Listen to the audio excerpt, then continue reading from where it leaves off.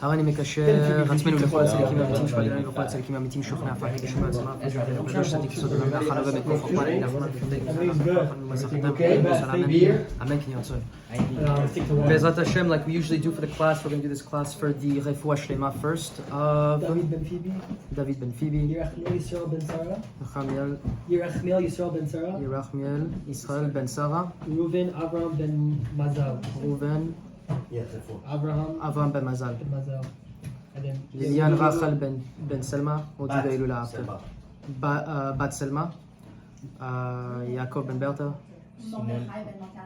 Mordechai ben Motarem, Simon bat Mesoda. Simon ben Bat. Oh, Simon Bat. I thought you said Shimon. Simon bat Mesoda. Sorry. Rachel bat Sarah. Abraham Yaakov ben Sarah. וכל החולים של עם ישראל אין לערף עליהם, אין לערף עליהם, אין לערף עליהם, זכות כל הצדיקים וגם עדיהם. אמן כן יהי רצון. Let's do the class for Be'ezrat Hashem, the Ilula, the passing and the elevation of the neshamot of Miriam Bas Reb Moshe Chaim Aaron. No, Miriam Bat. Hold on, I'm pulling it up. Give me a second. And Clara Bat Moshe, Menashe, Ben Masod, Nissim ben Esther, Rafi ben Phoebe. Rafi ben Phoebe, David ben Ruchama, Miriam Bas Mordechai Moshe Aaron, Miriam Bas Moshe Mordechai Aaron.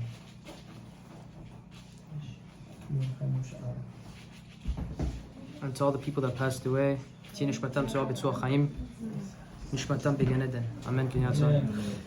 So tonight we're going to do a class on the parashah of the week, Parashat Vayishlach, and we're going to do this class a little bit differently than we normally do.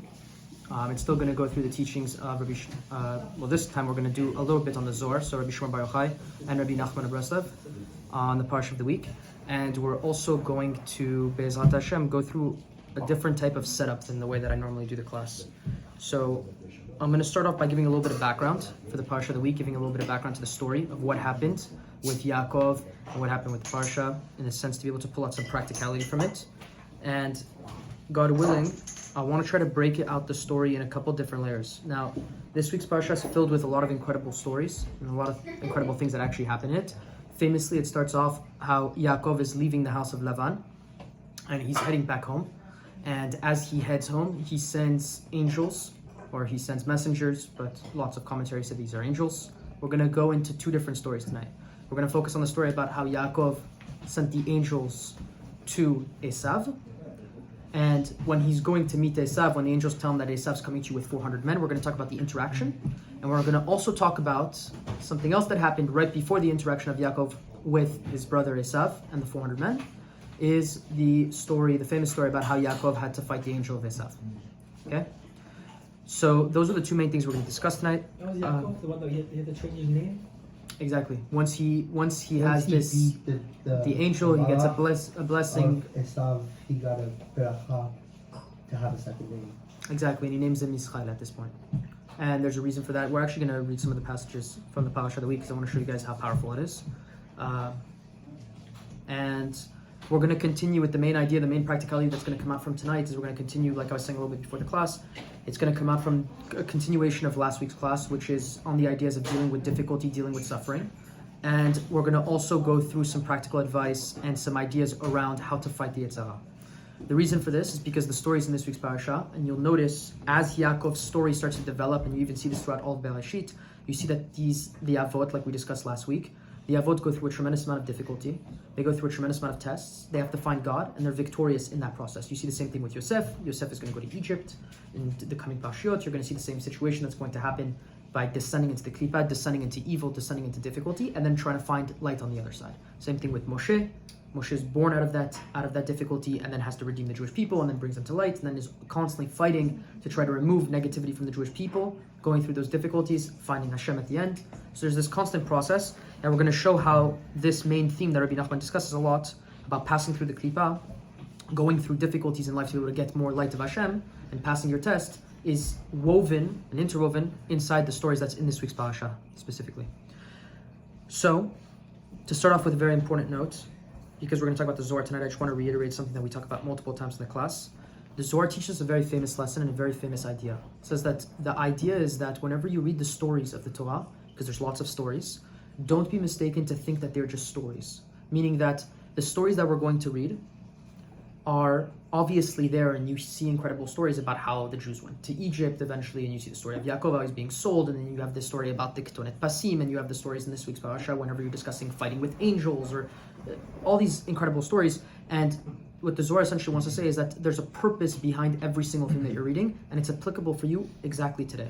So what we need to discuss, which we were talking about before the class, is how the stuff that we're reading in the actual parasha and in the Torah applies to us specifically today. And if we cannot do that, and we cannot figure that out, then that means the Torah is technically not a live Torah. That means we're reading an old story of an old book, and it's not something that's alive with us today. The whole point of what Rebbe Nachman tries to get us at is to find Hashem in everything we do, and to find Hashem in every single crevice of our life. Specifically, what we're going to try to attempt tonight is to find Him specifically through the lens and the story of this week's parasha. So, without further ado, the first thing I want to do is kind of lay a little bit of the groundwork and give a little bit of background on the parasha so that you guys know the basic story. After that, I'm going to break the class out into 3 different layers. And the 3 different layers are going to go slightly deeper into different perspectives of what happened with Yaakov and what Yaakov was trying to find out, according to the teachings of Rebbe Nachman and according to the Zohar, to be able to defeat the Yetzer Hara, to defeat himself and protect the Jewish people for future generations. So, like I said in the very beginning, this week's parasha starts off with Yaakov sending angels to be able to essentially tell his brother Esav that he says essentially Im Lavan Garti. And Rashi famously quotes, and Rashi's not really well known for being able to give very deep commentary, but Rashi famously says, if you take the word Garti, Gimel Resh Tav and Yud, it's the gematria, it's the numerical value of 613. Okay? So immediately in the very beginning of the parasha, Rashi's teaching us a very powerful secret, which is that Yaakov was telling his brother that he's going to see, and just lay a little bit of the groundwork here. Esav is also the head of the serpent, he's the head of the snake, he's the head of the Yetzer Hara, and he's actually the head of the Yetzer Hara that we're going to be fighting for the generations to come from Yaakov seeing in this story. So it's up until the time of the Mashiach, and he knows this, and he knows he's about to go combat the head of the Yetzer Hara of the 4 nations, and he's going to be the head of Am Yisrael because he knows the children are going to come from him. That's why he had to go to Lavan to go get the special neshamot of Rachel, Leah, Bial, Zippa, and eventually have the children of Bnei Israel that are going to come from him. Now he has these kids, and he's getting ready to go back home, to go towards Eretz Yisrael, to be able to develop in this Kedusha, to be able to go and develop the Jewish people. And he tells Esav that he knows he's going to come back home, and he knows that there's going to be the Yetzer Hara waiting for him. And we're going to talk a little bit about this, and why there's depth, and why he's returning home, and all this stuff.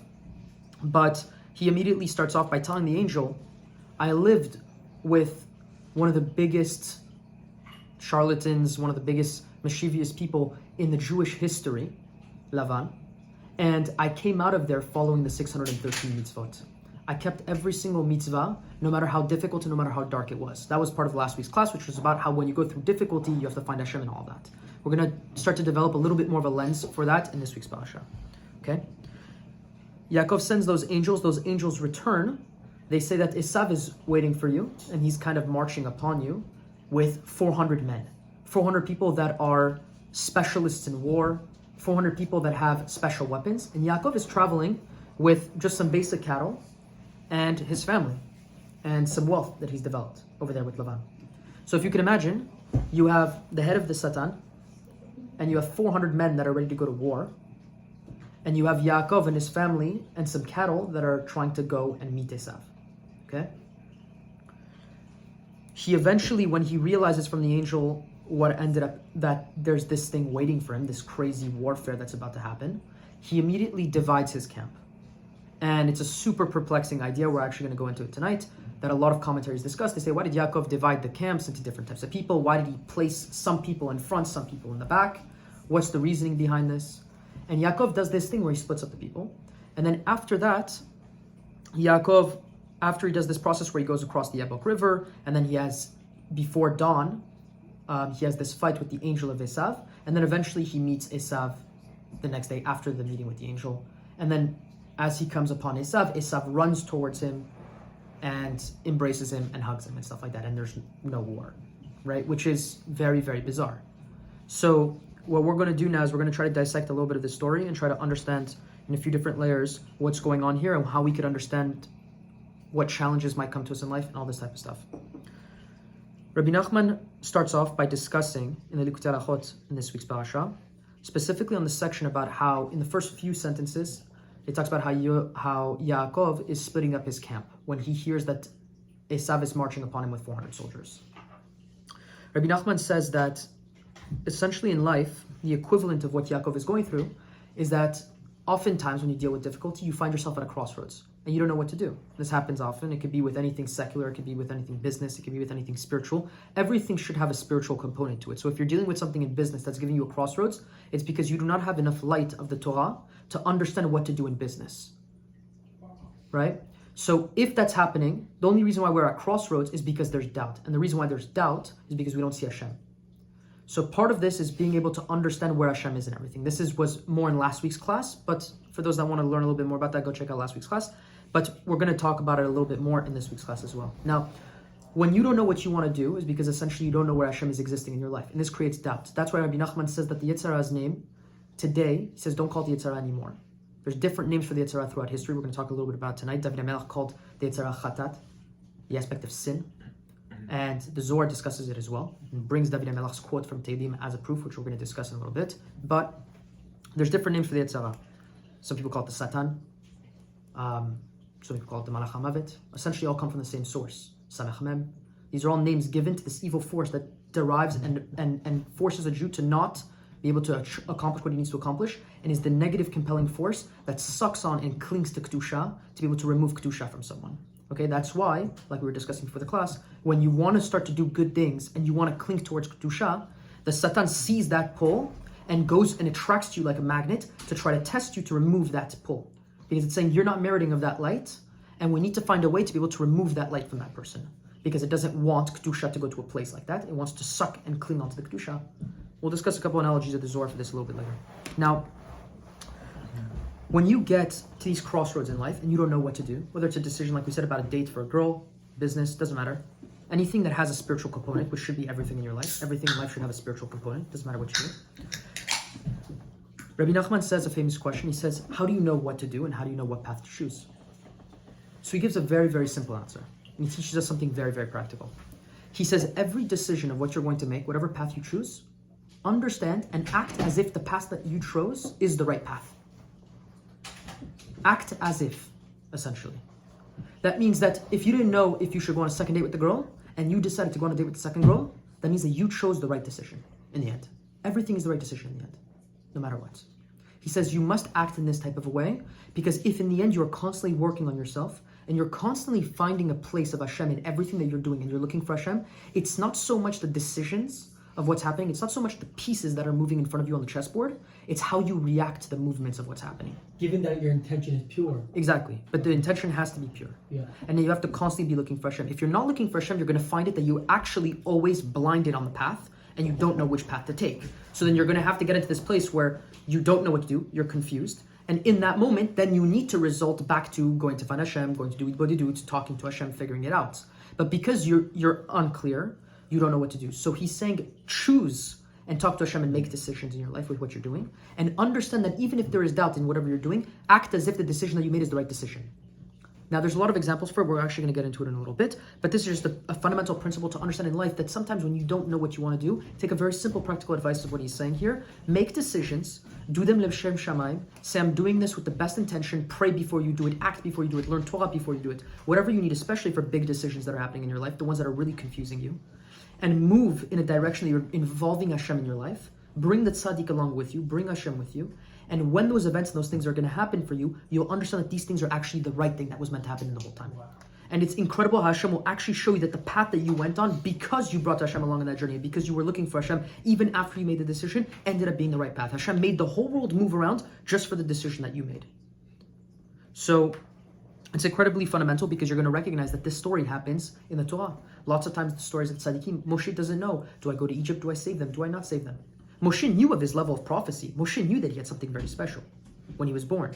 There's lots of different types of Zohars and Midrashim that discuss the level of Moshe Rabbeinu, where he came down, without a Brit Milah, when it discusses the staff of Moshe as opposed to the staff of Aaron. It's incredible stuff. Like, we can go on to this for hours, Yosef, all the different types of things. But the point is that all of the tzaddikim throughout all of history, David HaMelech, you talk about everything in every circumstance, there's moments of darkness and there's moments of test and there's moments of, I don't know what to do. Just like every single one of us has these moments, they also have those moments. So the question is, in those moments, how do you decide, how do you move? He tells you to keep your head down and keep moving and bring Hashem along with you. And those decisions that you pick, understand that they were the right decision in the end, no matter what. So, with that, I want to share a little parable that I heard from Nathan Muzon, who's a French Breslover from Israel. And it's something that actually really helped put this thing into perspective. Now, to be able to understand this parable, he essentially founds it based on teachings of Rebbe Nachman, because he also is explaining it specifically on this week's parashah with the Likutei Halachot. But he was essentially saying that we have this idea as human beings, and he stems from Rebbe Nachman, where he says that we have a tremendous amount of ego. We have ego in the sense, and this is normal for human psychology, and this is normal for the human condition, that we live in this world and we constantly believe that we're set out to be able to achieve incredible things. We always look at ourselves as like, I can do this, I can do that, and we look at ourselves very highly. And we do this in so many different types of things in our lives. Now,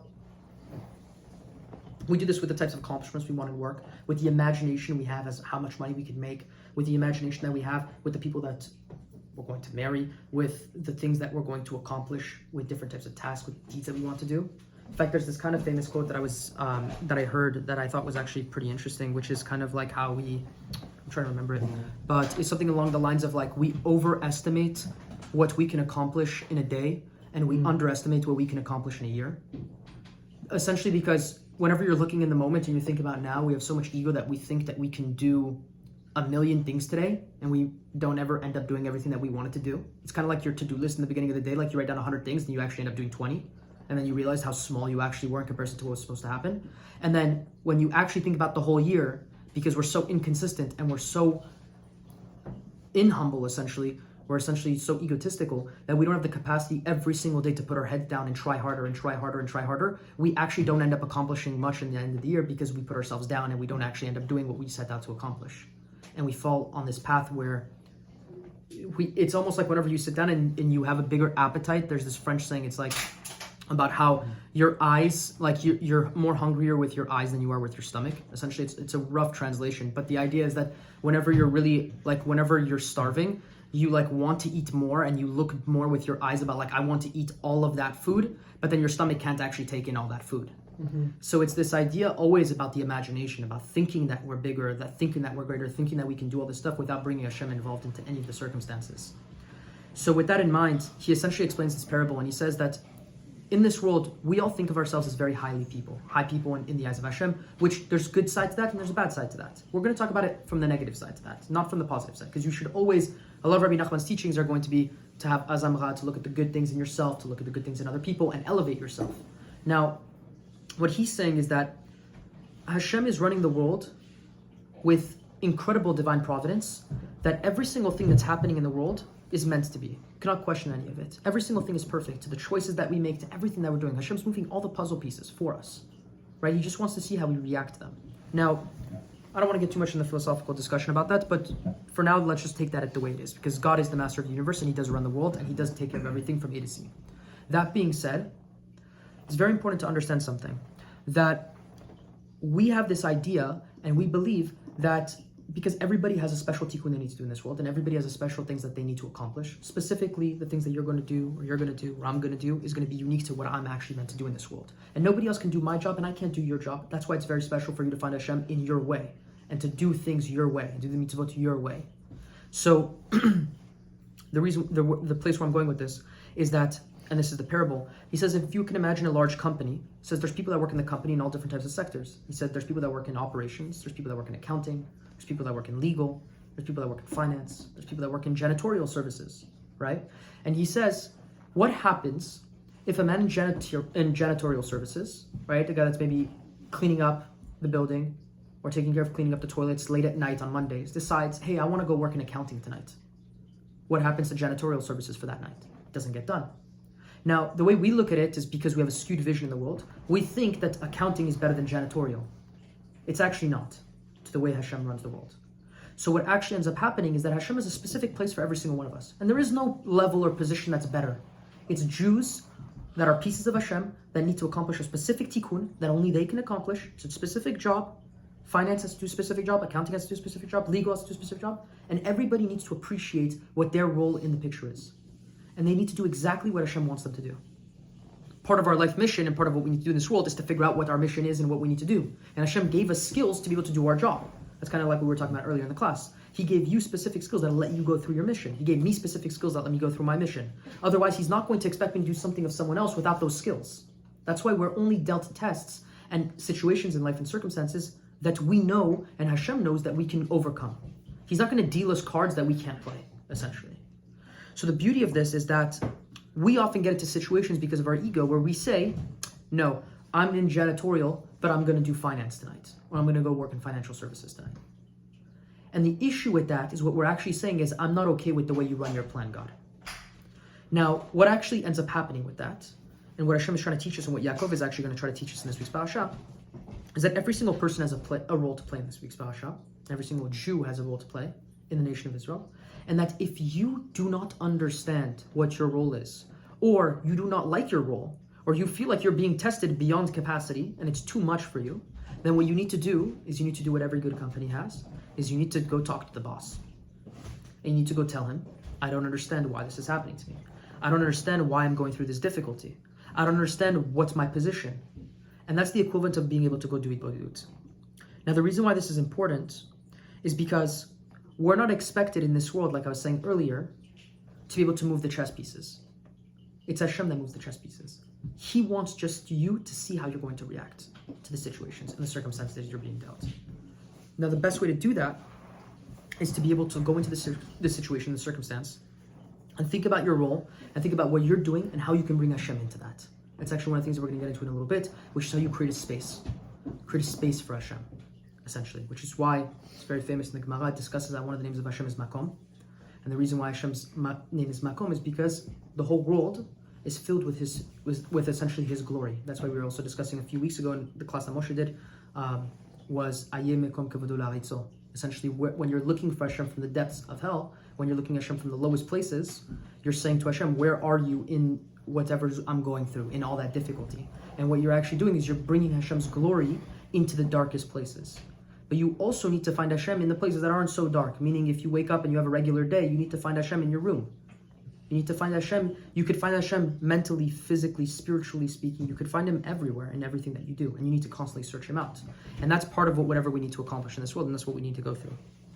Now, the best thing to do, like we were saying, is to be able to get into this situation where you're looking for Hashem and you bring that conversation, you bring it up to Hashem directly, where you get into this position where you're able to have this conversation with Hashem and you tell Him, if you're not happy with what's happening, or you're confused about what's happening and you need help, you pivot the conversation towards Hashem. Instead of saying, I'm going to leave my post and leave my position, Hashem put you exactly where you need to be. And you have to understand, you need to ask Hashem why I am where I need to be. And if you don't like it, you need to ask Him to change it. With that, I want to kind of go and jump into the next layer that I want to actually go into. That was the first layer of understanding of what Rebbe Nachman is talking about with this week's parashah. But that's not saying you can't have aspirations and goals. No, that's saying you of course not. aspire. Yeah, You can't have say goals. you're not saying to Hashem you don't trust. You said you want more. For sure. But what I'm saying is that we think that the things that are happening to us, because here's the hard pills to swallow.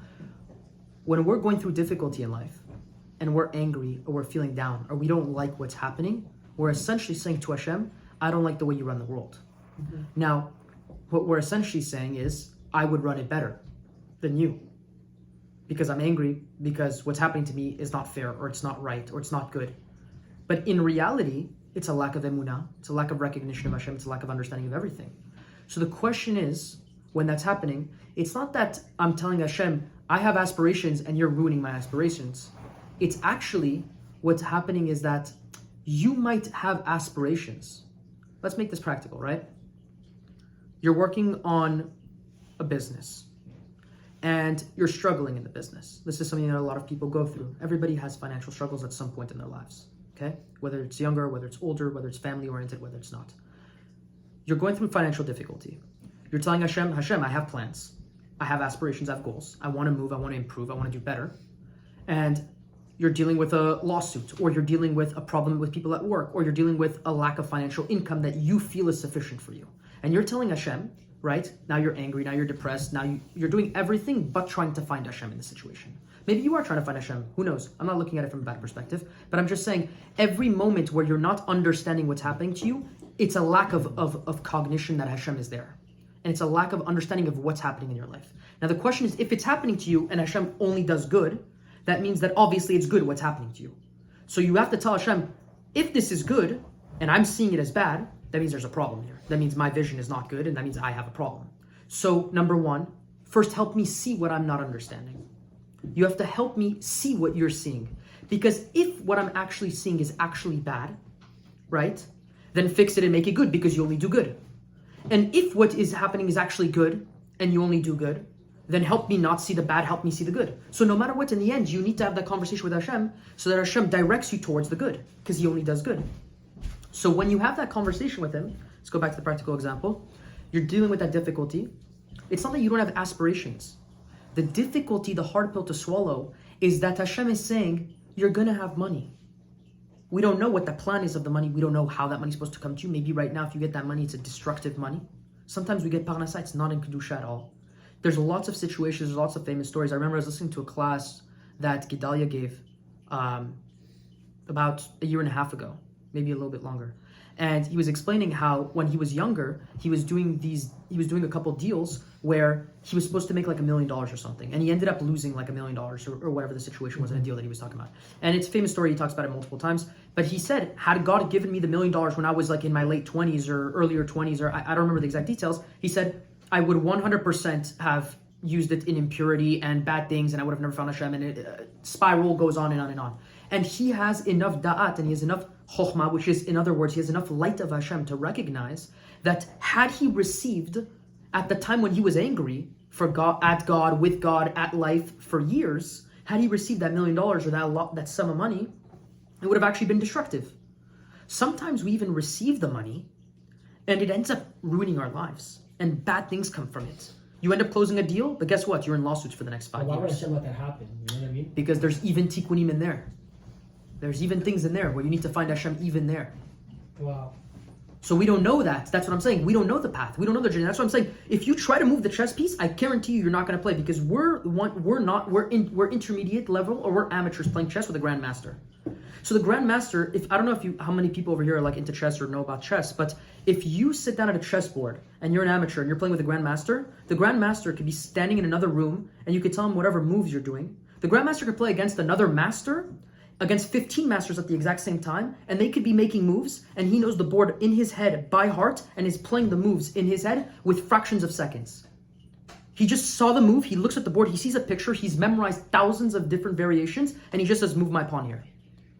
Because he understands the way life works. He understands the way the game works. Now, we are approaching life from the perspective of I'm the grandmaster because we have this ego, because we have this I think I know what's best for me in life. Hashem, I need this $1 million deal. I need this wife. I need this person, right? That's especially why in Tefillah, you never should ask Hashem. You should never tell Hashem, I need this, I need this, I need this.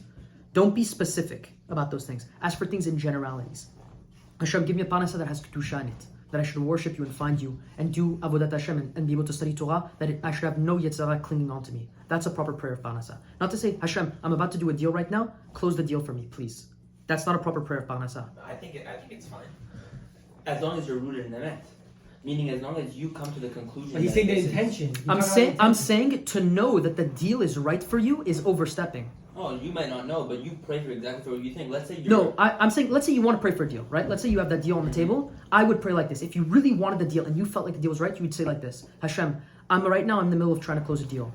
To me, it feels like this deal is life-changing. Yeah. To me, it feels like this deal is very good. I want this money, but I don't know in the end what's going to happen. Exactly. I don't know if the deal is going to be easy. I don't know if the deal is going to be hard. I don't know if I might get into a lawsuit in 6 months from now from this deal. I don't know if I'm going to have a problem with the client. I don't know if I'm not going to be able to fulfill the deal.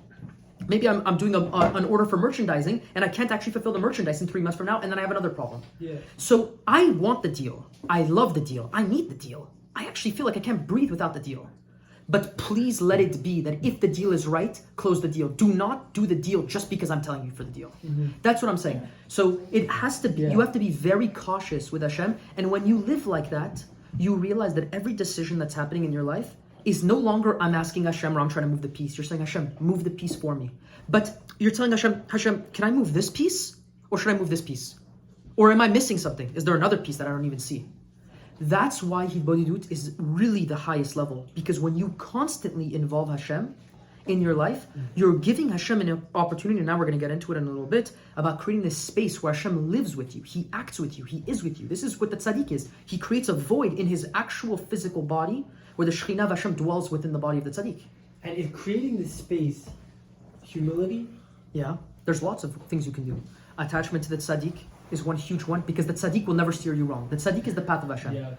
So if you're connected to the tzaddik, you'll never make a wrong decision in your life. Even if you make a wrong decision, it's not the wrong decision in the end. Why? Because Hashem only does good. So in the end, and the tzaddik only does good because the tzaddik only does the will of Hashem. But not just any tzaddik. I'm not talking about you going to see a random person that has a long beard and peyot, right, and sits down in yeshiva. I'm not talking about that. I'm talking about the tzaddik. The tzaddik. Rebbe Nachman, Rebbe Shimon Bar Yochai, when you talk to these tzaddikim, people that reveal themselves as tzaddik yesod olam, a person that has the ability to call themselves at this level, that can say that they have a Torah of this magnitude. Not that many people say they have a Torah of this magnitude. So if you're connected to this type of a tzaddik that has this confidence that he knows Hashem on this level, that he knows and directs the world because he's only created to be able to direct the world for Hashem, this tzaddik of pure humility, Moshe Rabbeinu, these type of tzaddikim, then you can direct your life this way and you connect yourself to the tzaddikim because you'll never be veered the wrong way. Because the tzaddik helps you do the tikkun. He's actually going to be the one helping move the pieces for you. It's all about how much you want to take on.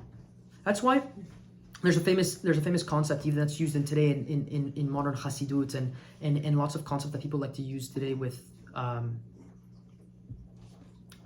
blanking on a lot of the different types of words, but how they're teaching kids today in Musar, in schools and stuff like that. Well, they'll tell you that, like, look, you want to let Hashem in as much as you want, Hashem will take as much of that space. Right? So if you want Hashem to control 100% of what's happening in your life, Hashem will control 100%. Hashem, that's why Hashem is Makom. So if you want to give him 100% of the space, he'll use 100% of the space. If you want to give him 1% of the space, he'll use 1% of the space. But when Bechira work then? But because that's the whole Bechira. The whole Bechira of what you're deciding is how much space you want to give him. It's in your mind, it's in your heart. You're being dealt cards, you're being dealt situations and circumstances, and you don't know how to react. So when you're conscious, and you're saying, right now, I'm being dealt a good situation, a bad situation, something weird, I don't know, right? I'm able to go on a date tonight, I'm about to eat. Every second, there's circumstances in front of you. Am I going to say bracha? Am I going to bring Hashem even here right now? You're eating. Could you imagine when you're eating food, that Hashem is giving you the opportunity to be able to say a blessing, right? We wouldn't even know this if it wasn't for the Torah, if it wasn't for tzaddikim. You're being able to bring up and elevate the sparks that exist in food, and this is why what's so good about eating kosher food versus non-kosher food. Non-kosher food has absolutely no sparks to elevate, therefore your bracha and the purpose of what you're doing has absolutely no purpose because it's not elevating anything. Now, kosher food, you're sitting down and you're saying a blessing, and through the unification, this is a little bit mystical, but through the unification of saying God's name and saying a special formula, you allow for something that was very, very low and trapped very low in a very dark place to be able to be elevated from food through your process of you being able to elevate that food and return those sparks back to Kedusha. And you can change the world literally by saying Shakol Niyeh Bidvaro. Yeah, exactly. David, I wanted to highlight something you were saying earlier. When you were saying the Yetzer Hara today is something that Rabbeinu explains, is not what people used to call the Yetzer Hara. Today it's called the Koach HaMedamer, right? Yeah. The power of the imagination. And that's what you were talking about earlier. And it's idea sometimes we get lost in making decisions. Because sometimes a person doesn't know whether to go right or left, right? And this is the main test of the Yetzer Hara. He's trying to confuse a person whether to go left or right, and whether it's emet to go left or right. What I wanted to highlight and to make sure the essential is, because this is what we were talking about earlier, whether we should pray for specific things or not, is to be emet. Because once you're emet, being emet is the foundation. Once you know, according to halakha, this is the way I should be, or I'm being as true as I possibly can to go to do Hidbodidut. Rebbe Nachman says, once you pray, Hashem tells a person to move, to travel. Exactly. Meaning, once you pray, you did your effort, you hishtadlut, you don't know where to go, just do something and just act on it. Because you create a kli to be able to bring down something in it. Meaning, that's if you're confused. That's if you're confused, but just to be a net. But in general, you think is what you want to do. I don't think you don't see there's a problem with it according to halakha and things like this. then just go for it. Because Hashem's gonna operate within the decision you made. But if you don't make the decision, Hashem can't do anything. Yeah, and what he's saying is actually fantastic, and it's a fantastic piece of advice. Thanks, Moshe. Is that you see this in the Torah? You see this with Unkulu specifically in the story of Moshe Rabbeinu. Whenever the Jews get to the water, where essentially he's saying, I mean, Moshe knows the exact quote, but he's essentially saying to the Jewish people, he's saying, okay, you prayed, now go. It's the same concept of lech lecha. It's the same idea of like, now that you've prayed and now that you've done your due diligence and now that you've done hishtadlut, the highest level of hishtadlut is not I'm going to go out and work an 18-hour day or go work a 10-hour day or go work a 1-hour day. That's not real hishtadlut. Real hishtadlut is tefillah. Wow. Real hishtadlut is bringing Hashem into the space. Is hibodidut. That's real hishtadlut. There's a story about the Baal Shem Tov, about how the Baal Shem Tov one time went out because he didn't have any money. The Baal Shem Tov famously was known. There's also famous, I think it was Rabbi Moshe Pinto also was very well known for this as well. There's many big Hasidim that had the inyan that they would never carry money on them. They would never let money stay with them overnight. I think it's Rabbi Chaim Pinto actually. It's Rabbi Chaim Pinto Agadol. So they both had the same inyan because very, very big holy tzaddikim know that there's a lot of klipot that are attached to money and that they want to completely get rid of all the money at the end of their day. Now, I'm going to share the story about the Baal Shem Tov because we're not going to go into a million stories, but there's a lot of fantastic stories about this, and there's also a very famous one about Rabbi Chaim Pinto, alav shalom. And the amazing idea is that the Baal Shem Tov one day, because he just didn't have money, it was right before Shabbat. This is how simple it was. He literally went outside, went to a house, knocked at the door, and then walked away. There's different interpretations of the stories. I've heard the story from a couple different people that have said... No one answered. That the Baal Shem Tov said, I don't have money for Shabbat. He vocalized it. Some people said that he just went, knocked at the door, and then just left. And what ended up happening is the person didn't get a chance to get the Baal Shem Tov because he literally knocked and then left. Okay? The homeowner followed the Baal Shem Tov and then eventually ended up bringing them food and stuff like that for Shabbat. And they started going through this whole conversation, but the Baal Shem Tov wanted to essentially explain something very simple. This idea that I knew that I needed to ask for food. That's it. That's all I needed to do for Hashem. That was my hishtadlut. So I went out, I knocked at the door, and that was my form of asking.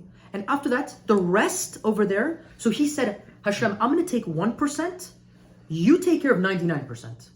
And then he ended up getting his food on the table. Some people need to travel the whole world, work 24 hours a day, do 15 deals to be able to bring parashah and bring it back home to their table. And some people need to do absolutely nothing. Maybe they don't make as much, maybe they make more, who knows? They sit down at their table and there's food on the table for Shabbat. And they worked 1 hour a week. How? How is that possible? Everybody in their own level. That's the whole, these are the secrets of parashah, and these are the secrets that are found in the man, by the way. In the story of the man as well. Yaakov, Rabbi Nachman says, a person who puts more emphasis on the voice, which is prayer, has to do less with the hands. Exactly. This is why they're directly connected. I had struggled with this talk. It's a fine line, you have to know how this works. Very difficult. That's the secret, by the way. It's actually beautiful because that actually connects to the Zohar, which we're going to jump into right now. About the Zohar says this is the secret in this week's parashah on 160, what did I write? 165b in the Zohar, on this week's parashah, about how this is the secret about how Yaakov, whenever he goes and gets the bracha from Yitzchak, whenever there's the whole stealing the bracha of Esav, he says, I hear the voice of Yaakov, but I feel the hands of Esav. This is the secrets of it, because Yaakov, what he needs to do is he needs to go to prayer, and if he doesn't result in emunah and in tefillah and in Torah, if he doesn't go to the voice of Yaakov, because Yaakov is the Torah, that's what the Zohar is going to go to in a second. Yaakov is the emanation of the Torah. And if he's going to be what? If he's not going to be the Torah, the Satan's going to do what? The Satan's going to control with his hands the whole world. That's why, how do you overcome the Satan? That the Satan doesn't have a grasp on you? Through your voice, through your tefillah, through your ibadut, through learning Torah. This is the way to be able to become like Yaakov. And this is what Yaakov is going to do. Now, I want to go into layer 2 of the class to be able to understand the depth of what's happening here. Because it's not just the story of Yaakov meeting his brother Esav. There's something a lot deeper here, which is Yaakov is really fighting for the future generations of Bnei Israel. And what's actually happening also is that Esav is actually fighting for the future generations of the klipot and the arguments to be able to essentially suppress all the Torah and all the Kedusha of what Hashem wants to bring into the world. So it says in Bereshit, in the very beginning of Bereshit, it says essentially this phrase that says that Chatat, I don't remember the exact pasuk, but it says essentially that Chatat, sin, crouches at the entrance. It crouches at the entrance of the doorway. Okay? And the Zohar begins this section by discussing this and bringing on this quote. Now it says over here, and I think it's Rabbi Yehuda that's speaking in the Zohar at this page specifically, and he brings up this question, he begins discussing this, and this is specifically talking about the story about how Yaakov sent the two angels, okay? Rabbi Yehuda says, and he begins to explain, because he says that the two angels that Yaakov sent are Yaakov's Yetzer Hara and Yetzer Tov. Those are the angels that Yaakov sent. Now what's the significance behind this and why are those two angels important? Right, and for those that don't know, Yetzer Hara is obviously the evil inclination, and Yetzer Tov is the good inclination that we have, is the good angel. We learn from the Gemara, and we learn from many examples and many different stories and many sources from the Chachamim, that the Yetzer Hara is given to a person whenever they're born, right? When they come into the world. And the Yetzer Tov comes to a person at his bar mitzvah, or for a girl at her bat mitzvah, okay? Which means that the Yetzer Hara has a 12 to 13 year head start on a person.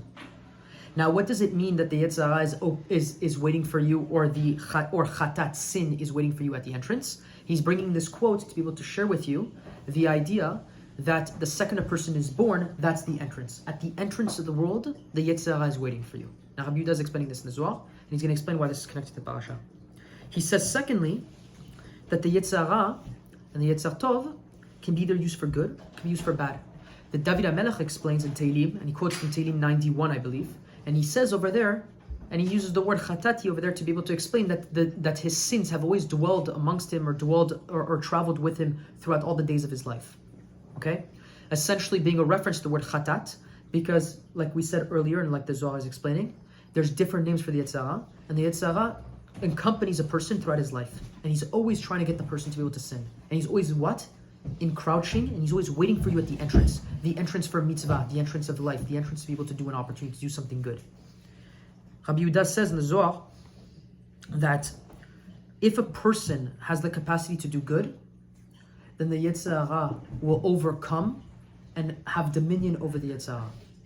If a person does something bad, then the Yetzer Hara that's with the person is going to be the one that's going to overcome and control the angel, that's Yetzer Tov. Why is this applicable for the parashah? It's obviously a very, very deep concept, but there'll be a nice little practical takeaway from the Zohar. The reason why this is applicable is because Yaakov, when he sent the angels as one ahead to be able to go talk to Esav, Esav was scared when he saw Yaakov, because he saw that his Yetzer Tov and his Yetzer Hara was completely submissive to his Yetzer Tov. He saw that his Yetzer Hara had no control whatsoever.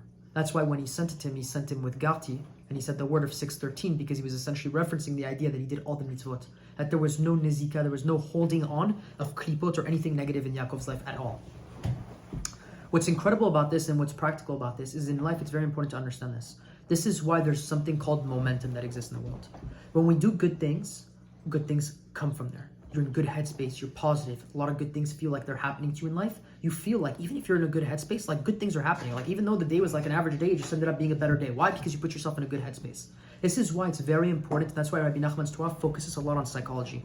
It focuses a lot on working on yourself, being good to yourself, being good to other people, constantly working on your character. Because if you can get yourself into this positive momentum, this positive headspace, you begin repairing everything that's happening around you by being good. And the truth is that unfortunately we get into situations that are bad. And everybody knows those days where you get down or you get depressed or you feel bad about something, and then what happens?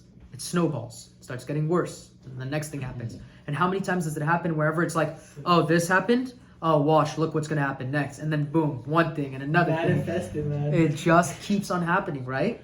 Yeah. So unfortunately, this is stemming from the two very powerful angels that every single one of us has. Right? It's kind of like in the cartoons, how you have that like positive angel on your right shoulder and you have like the devil-looking angel on your left shoulder. It's the same thing. It's the same inyan. It's this idea that the other one has a deal, and the Zohar teaches us this very powerful mystical idea that whenever we're born and whenever these two angels essentially come together eventually after the Bar Mitzvah, they have this deal that whoever's in control controls the other one. Whatever the person is doing controls the other person. So if you start doing Torah and you start doing mitzvot, you will start to feel and you will start to see, if you're very in tune, that your Yetzer Hara slowly starts to diminish itself. Why? Because it's completely under the control of the Yetzer Tov. And if you start doing bad things, you will realize that it's very, very hard to start doing good things again after you do bad things. Why? Because your Yetzer Tov is completely enslaved to your Yetzer Hara. So the Zohar teaches us this. That was the first layer that I need to go into. On the second layer that I'm talking about, And part 2 of this is the second part of the Zohar, which is 6 pages later, on page 171a in this week's parashah, which is now jumping to the story about when Yaakov is going to mess and he's going to wrestle with the angel of Esav, this huge angel. Now, there's different commentaries on who this angel is. There's even commentaries that I've heard that this is the angel Michael. But what we're going to focus on, and I did a class last year talking about the different angels that this angel was, but the angel that I'm going to discuss tonight is that this is the angel of Esav, which is the commentary that most people discuss. Now, Yaakov, like we were saying a little bit earlier with what Moshe was saying, it's a very powerful concept in the Kabbalah, which is that Yaakov, and this is also referenced in lesson 1 of Likutei Moharan, if you look at the very beginning of lesson 1 of Likutei Moharan, where you talk about the sun and we talk about the Torah, it references Yaakov Avinu, specifically a lot from Parashat Toldot, but it talks a lot about this week's parashah as well, in principle. And that is because Yaakov represents the Torah. Why? Because we see in the Torah that Ishtam Yoshev Olim, Yaakov was the person that was considered the scholar. He was the one that sat down and learned a lot of Torah. So Yaakov is the representation of the Torah. Yaakov is also the face of the Jewish people, which is the nation of the Torah, the nation that received the Torah. So Yaakov is this encompassment of this whole idea of the Torah. Okay? Now keep that in mind. The angel, which represents now the evil concepts, now let's go a little bit deep. The angel that's coming to fight him represents Esav. We know that Esav represents this idea of the snake, the idea of being able to completely incapacitate the Jewish people from only good things that exist in the world. So what does this angel want to do? This angel wants to come and defeat the Torah, defeat the Jewish people. And not just for that generation, not just to kill Yaakov, to kill the future generations of the Jewish people. If you guys remember in the other classes that I've done in the last couple of weeks, the dream with Yaakov, where he sees Yaakov is constantly focused on the future generations of the Jewish people. Avraham as well, Yitzchak as well. V'yakeda Avraham, whenever he's asking in Brit Be'elam Betarim, how will I know that the Jewish people are going to be protected? How will I know that they will inherit the land? All this thing, Moshe Rabbeinu does the same thing. They constantly check in on the Jewish people. They want to make sure that the Jewish people in the future are going to be protected. And it's the same thing over and over again. They're constantly looking out for this. And Yaakov is saying the same thing. He sees the angels rising up in the ladder and he's saying, whoa, how much more can they rise? How much more can they attain? All these negative angels, all the angels of all the other nations of the world. And Hashem is saying, don't worry, they're going to come back down. They're not going to gain that strength. They're not going to be at the high levels all the time. And Yaakov knows that he gains in the end of time and he controls the end of time. That's why Yaakov comes from the concept of Ekev, which is the idea of the heel, which is the Yaakov controls the end of time, the heel of time. And Yaakov will always control and always respect the Jewish people and protect the Jewish people in the end of time. Now Yaakov... Like nowadays? Exactly, especially for nowadays. Yaakov was thinking about us specifically now when he was fighting these angels, because he knew that it was going to get most difficult and the fight was going to be the hardest in the end of time. Now, the Satan, Samech Mem, the Angel of Asaf, the Yetzer Hara, all the negative forces understand this. They know that Yaakov contains the key to this. They know that Yaakov wants to teach the Jewish people that the whole world depends on this Torah, this Tefillah, this Bodedut, this connection to Hashem, to finding Hashem. So what is he doing? This angel comes and wrestles with Yaakov. And when the angel realizes that I cannot beat Yaakov, because I cannot beat the light of the Torah, I cannot beat the light of the Tzaddik, I cannot beat the light of Hashem, what happens? It decides to hit Yaakov somewhere special. Now it hits Yaakov where? In this area that's called the Gid Hanashe, this area that's the hip, the top part of the leg, which no Jew, and it says in this week's parashah that no Jew eats from this place. We're actually going to read some of the psukim from there in a little bit, because I want you guys to actually see something. Like the hip? Literally, it's the part that dislocated. He essentially dislocated part of the hip, so that he would have an issue. But what he was actually trying to do, and this is what's beautiful about what the Zohar is saying and what Rebbe Nachman talks about, is that what the Yetzer Hara was actually trying to do is, because Yaakov represented the Torah, the Yetzer Hara was trying to undercut the legs. Meaning it was trying to uproot the foundation of the Torah. When it realized they couldn't beat Yaakov and it couldn't kill Yaakov, it was trying to hurt the legs of Yaakov. And that's what it ended up fighting with. You'll actually notice that this is a lot deeper than what meets the eye. The reason for this is that you'll notice that I keep on referencing and I talk about Lavan and Esav as the head of the snake, and I keep on talking about this as the Satan. And there's a reference to the snake in terms of the Samech Mem and the Yetzer Hara. The reason for this is because if you look at the beginning in the story in Bereshit, when Adam eats from the tree, the curse of the snake is what? That he's going to crawl, he's going to be on his belly, he's going to sliver on his belly for the end of time, and he took away his legs. The reason why is because the legs is the standing up. It is the ability to be able to lift yourself up from the places of depth. Wow. As opposed to what? Lowering yourself to a place where you're on your belly, where there's no emunah, it's a flat line. So what the the Yetzer Hara did was try to. He tried to completely undercut the legs of the Torah. So it was Mystically. spiritual. It's not even like a physical thing. Spiritual fights. Wow, man. Now we're going to get more, and that's why I'm saying this is in layers. Now we're going to go into the third layer in a little bit, which is going to discuss how much more deeper this actually gets. That's crazy. Okay? Now, what actually was trying to do is he was actually trying to undercut this. Now, what did we just say in the previous Zohar? That you can only understand this now if you understand the previous Zohar and the previous things that we're talking about. We were saying if you submit and you do good things and you attach yourself to positivity and you follow the right path and you find Hashem and you do the Sidbodidut and you're looking constantly, then your Yetzer Hara becomes a slave to your Yetzer Tov. So what happens right now? Yaakov turns to Yetzer Hara and he turns to this Satan and he turns to this thing and he says, bless me. And what happens? He's forced to bless him. Why? Because he's completely overcome. And if you look at the Pasuk, it says that now that you've wrestled with God and with man and with everything, essentially that you've gone through difficulty and you've been able to beat man and you've been able to beat angel, which is a form of God, right? It's an upper elevated spiritual realm, right? He's saying, now I will bless you because you've accomplished and you've been victorious in it. Like And stun. that's the words of the Pasuk. Where's the words? I'm going to find it for you. I'll find it for you guys in a second. If someone brings me a chumash, I can show you the exact. I think it's like around pasuk like 29 of the parashah in Perek Lamed Bet, something like that. Chaf Tet, something like that. That's, I think it's horizontal right there, like the one that's flat. Yeah. Is that prophets or is that chumash? Okay, yeah, bring that. How do you see that? Thank God. Okay, take a look at this. While I'm looking for it, I'm going to tell you guys the last part. Actually, you know what? We'll keep that for after. I didn't know it was a spiritual thing. I thought it was just a... Most of the fight that's happening actually here on a deeper level is actually an internal spiritual fight. And the reason for that, you're going to see in a little bit. Vayishlach. Would you say that it's the Yetzer Tov and the Yetzer Hara fighting each other, comparing Yaakov to the Yetzer Hara? Of course, that's definitely one way to look at it, 100%. Yaakov is fighting for all the Torah, for all Bnei Israel, for the future people to be able to find the good in things. And the Yetzer Hara is trying to essentially say that they're not going to be able to accomplish, they're not going to do tikkun, they're not going to elevate the sparks, they're not going to do good things in this world. Okay, that's where he hits him.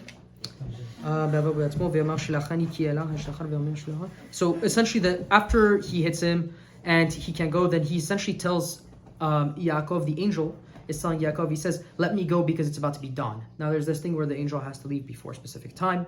It's very mystical, we're not going to really go into that. After that, he says, I won't let you go until you bless me. And Yaakov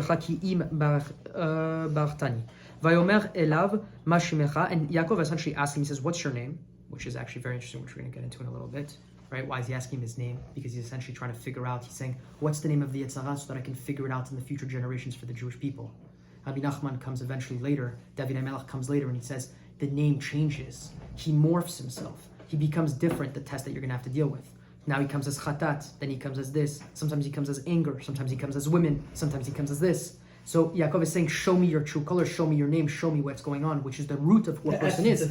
The essence. Wow. He says, I can't tell you my name. Rebbe Nachman says that the name is the koach hamedameh, is the confusion of your mind. That's where the Yetzer Hara lies. So we're going to get into why it's all in the mind in a minute. And then he goes like this. Because he names him Israel because he's essentially, what's the word that they use over here for sight? Essentially like he's a warrior, he's a person that's been a warrior for God. And he asks him for a blessing.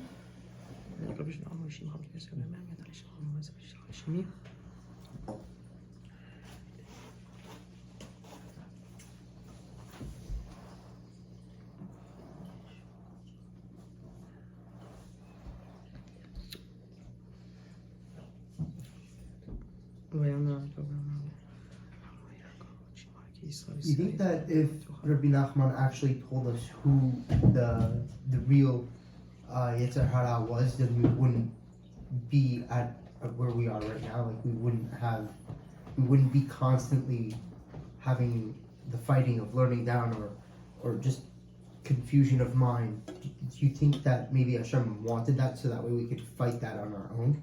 For sure, the will of the tzaddik is for sure the will of Hashem. That is for sure a universal principle in understanding any time the tzaddik reveals a teaching. Now, if the tzaddik is giving us a piece of ammunition, or if he's giving us a tool for us to use, it is because we need that tool to be able to, like we were talking about before the class, we need that to get to the next level. So the only reason why we are receiving that is because we need that to be able to understand what's happening right now.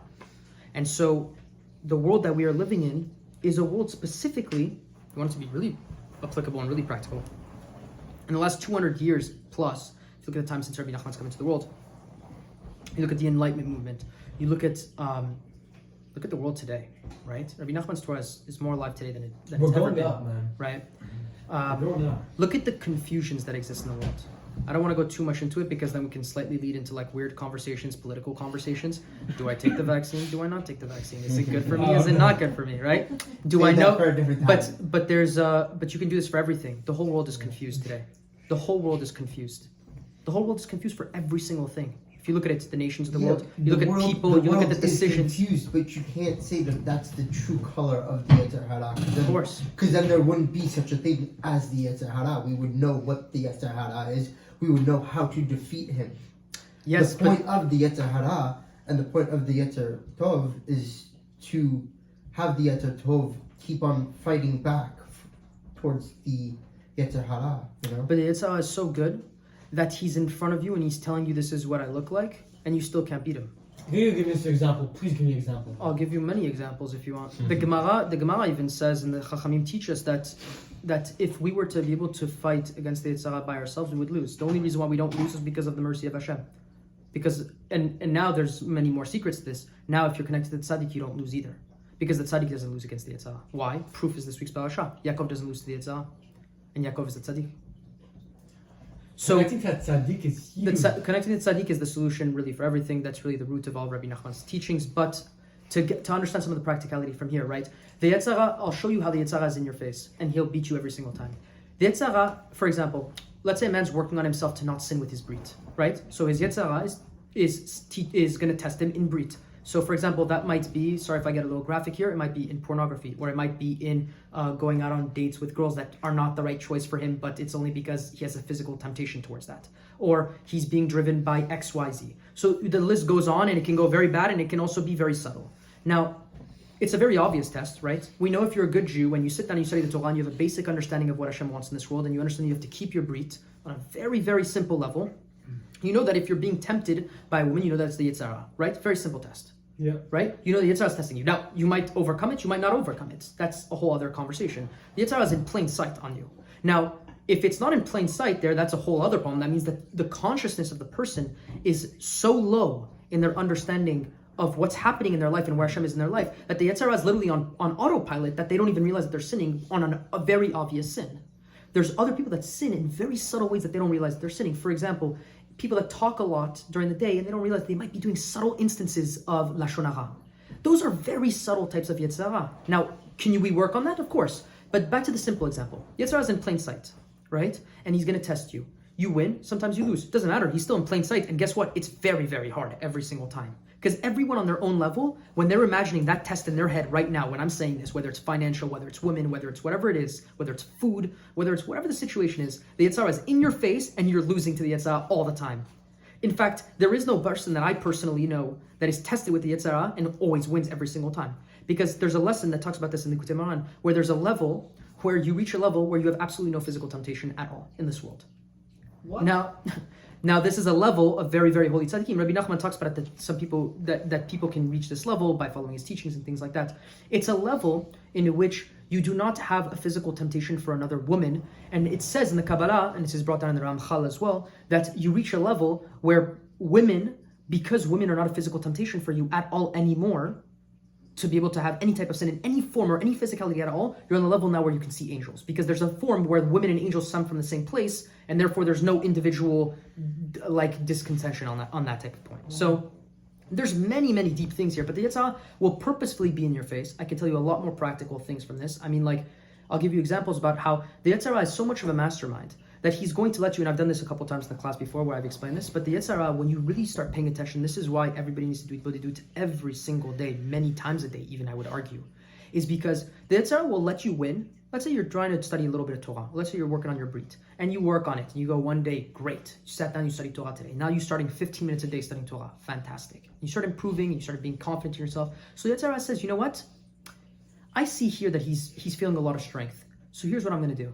I'm going to give him a day. I might even give him 2 days. I might even give him 3 days. And I'll let him study Torah 1 day, 2 days, 3 days. The guy's super confident. But the Yetzer Hara knows your calendar. So the Yetzer Hara knows on Thursday, on the 4th day, you have this meeting that might go a little bit late.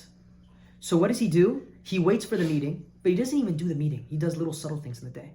You wake up a little bit late with your alarm. So you used to wake up on the wrong side of the bed. Then you start having these situations where it's a little bit late in traffic. You get a phone call that's not the greatest phone call. Little subtle things that are starting to slowly turn your head into seeing negativity, seeing bad, being tested. One thing leads to the other. You get to the meeting, you get into a fight, you have a problem, you get angry, you don't sit down, you don't study Torah that night. But then what happens? But the Yetzer Hara is so good at what happens from there. By the way, you learn Torah for 3 days straight, but what happens? Then you go 1 day without studying Torah. You're so angry, you wait the next night. You don't even study Torah the next day. Because now you're still pissed off and you're still going off the fumes of yesterday. You go another 2 days, and you waited 6 months to start studying Torah. You did 3 days, and now you can't even study Torah again, and it takes you another 2 months to eventually come back to it. How is that possible? From one little thing that he did in the day. Because he's a mastermind. So how do you figure that out? When you realize in last week's class, when we discussed how as you start to get into Kedusha, you're saying, now I want to study Torah. So what you essentially said is, now I want the light of Hashem. Now you're saying, I want the vision of Hashem. I want to see what I need to do in my life. So now what you're saying is, I want to draw light down. Okay, you want to draw light down? Okay, that's a lot of light. It's very powerful. Yeah. Do you deserve that light? What's happening is you're going to get tested. You have to go through the klipa. Now the test is going to start to come. You got to be attentive. The Yetzer Hara is going to hit you. Little things are going to come up. But you got to do one thing. You got to be patient. You got to wait. There's lots of advice here. Rebbe Nachman talks about waiting. He says every tzaddik in the history of the book, he says even Moshe Rabbeinu fell in this. He says the concept of waiting. They didn't wait for Hashem's plan. Every person fell in waiting. He says even if those tzaddikim fall in it, we for sure fall in it. Like waiting in terms of like... Waiting for everything. For example, you want to get married, right? Yeah, that's right. Yeah. You want to get married ASAP, right? Yeah, maybe, yeah. Right? But like, or I'll give you, what's something you really, really want right now? It could be even the simplest thing. Doesn't matter if it's kedusha or not kedusha. It doesn't matter. Let's say you want $100,000. Doesn't matter. Let's say you want an ice cream. Let's say you want an ice cream right now, right? Yes. You want the ice cream now. You're not willing to wait 2 minutes. That's why these tests are incredible. When you see kids, of course, that's why you see these tests with kids psychologically. You put them one Oreo, and they're like, can you wait for the second Oreo? And they're losing their minds, waiting. Why? Because they don't understand that they need to wait. It's the hardest thing in the world to wait. You want to know why? Because what you're doing whenever you wait, you're actually telling Hashem, I have complete faith that's what's happening right now, even though it might be very tough. It's exactly what you wanted, and I'm willing to wait because I know that something good is going to come. Wow. That's what Avram had to do. That's the secret of the test of when Avram's waiting at the entrance of the tent. He's waiting for the Yetzer Hara. And what happens? The angels come and they say, you're going to have a boy. You're going to have Yitzchak. Salvation. Yaakov falls asleep. What happens? He descends. He waits. What happens? Hashem comes with the dream of the angels and stuff like that. He goes to Lavan. He realizes what? He calls the place Beit El. You have the same exact situation. Yaakov now is going to do what? He's going to wait. He's going to be patient. He's going to understand. He's learning this. Rebbe Nachman's teaching us this very simply. Lesson 6 talks about Hamten, talks about waiting. When you're going through difficulty, when you're in the down, you got to wait sometimes in life. How does this apply? Like, let's say I want to start a business. Like, You got to be patient. Sometimes you're saying in your business, I want to do 100,000 year one. Relax. If Hashem wants you to do 100,000 year one, you'll do 100,000 year one. If he wants you to do $200,000 year one, you'll do 200,000 year one. But if he wants you to do 50, you have to wait for the 100,000. You have to wait. And you have to understand that you didn't get 100,000 because a cent above 50,001 penny would have been a klala. It would have been a curse starting at that penny. Do you understand? Okay. Hashem wants me to get, let's say, 50,000 year one, right? Yeah. That means all the stuff that I'm studying and I'm learning and I'm trying to improve on the strategies, right? Yes. That's not going to apply, meaning... Of course it could apply. Of course you can receive more. Hashem's constantly changing the game. Is me studying building my vessel? Your kli, for sure. But here's something that's very tough for people to understand. When you're constantly changing and your neshama is moving up and moving down in levels, what's actually happening is your vessel is changing. You're able to receive more light. You're able to receive more kedusha of Hashem. Now, the level 5 of yourself versus level 4, now we don't know what the levels are, but it could be level 479 versus level 478 of yourself. Let's say today you jump from 478 to 479 or 480. Let's say you did a 2-point jump because of 2 mitzvot that you did or something you did positively during the day, right? That jump in level changed your test. It changed your level. It changed everything. It might have changed your zivug. Wait, what? I don't know. So you were saying, I wanted to make 100,000. That jump just changed that 100,000 now. 100,000 is no longer your test. It's no longer your game. It's no longer your level. Now you're at 200,000. It also might be that on that upper level, now it's 90,000. Because maybe you don't need 100. Maybe you only need 90. That's also the tough part to understand. Now, we don't know what those numbers are, and we don't know what those tests are. But we do know one thing. We do know that as you move up and as you get closer to Hashem, one, like Rebbe Nachman says, you have to go through the klipa, so it gets more difficult. Number 2, you have to find Hashem in everything you do. So when you're doing this process, you have to realize that whether it was supposed to be 100, whether it was supposed to be 90, it doesn't matter. It was all good in the first place. That's what I was trying to tell you in the beginning. When you take a path, the first part of the lesson, the first layer that we were discussing, Rebbe Nachman says, take a path, believe it is good. Why? Because Hashem only does good. And when you understand that it is only good, and you'll start recognizing that as you're getting closer to Him, yes, you're going to be tested, but the levels in which you're being tested on, the game is moving, the change is happening, the Yetzer Hara is getting stronger and bigger. Why? Let me give you a parable from the Zohars, and now I want to kind of come back because I want to try to wrap up the class in the next 10-15 minutes. Hopefully, because we did a lot of these private conversations, but we can go on for a long time. Sorry about that. The Zohar gives us a beautiful parable. The Zohar teaches us something, I can't remember which parashah I learned this in, but I'm just going to share it because it's something very powerful. The Zohar teaches us that it's specifically in the section when it discusses what happens to the body whenever a person goes to sleep. Okay? And the reason and the power behind Kriyat Shem al Hamita. I'm not going to go into it, it's very scary, but it's also very powerful and very special at the same time. When your soul leaves your body, the upper parts of your soul leave your body, specifically the ruach and the neshama for those that attain those types of levels, right? When it leaves the body, you have the lower level of your nefesh, depending on how the person's body is situated, that stays in the soul. That stays in the body, because the body cannot be completely vacant. It has to keep part of its soul within it. Otherwise, if you completely lose part of your soul, you completely lose life in all senses. Now, it's very powerful because when the soul leaves your body, your soul is very holy. Now, your body did mitzvot during the day. It did good things. It talked good things. It learned Torah. Even if you do bad things, it still has kedusha in it. So the Zohar gives this parable. It says, your body is like a barrel of honey. Imagine filling a barrel with honey and pouring out all the honey from the barrel, right? That's the equivalent of taking the neshama with all the mitzvot and everything that you did from the end of the day. He says, what happens to the wall of the barrel when it's empty?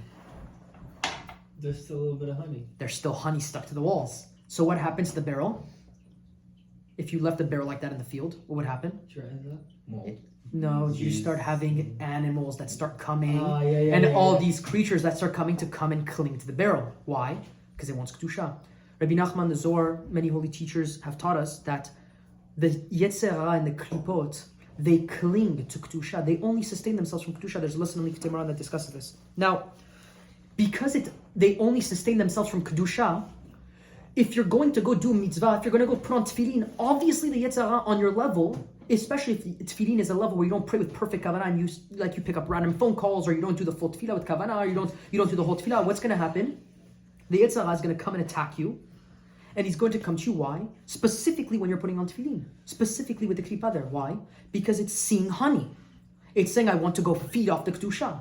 So when there's light, the Yetzer Hara is saying, whoa, where's this light coming from? And makes a beeline right for you, because it wants to cling to your kedusha.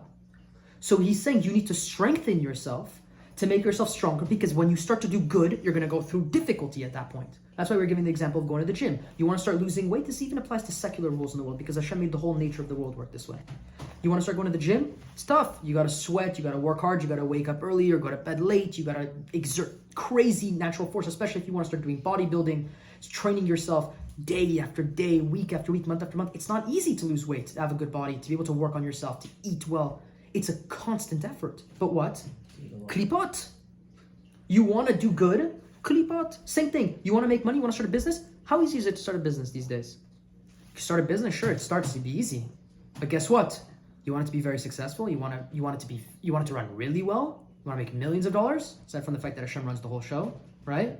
What actually ends up happening? You got to put in a lot of time. You got to put in a lot of effort. Very tough nights. a lot of failures, a lot of difficulty. And it's built this way on purpose because you want to accomplish klipot. You want to accomplish klipot. It's the way it is. You want to get past second grade math? Good. Then you have to pass second grade math tests. And then after that, you get third grade. Guess what? There's more tests there. And you keep on doing it. The whole world and the whole system is built on this. And life, we should not, this is what I was ending the last class on, is that the tests are not bad.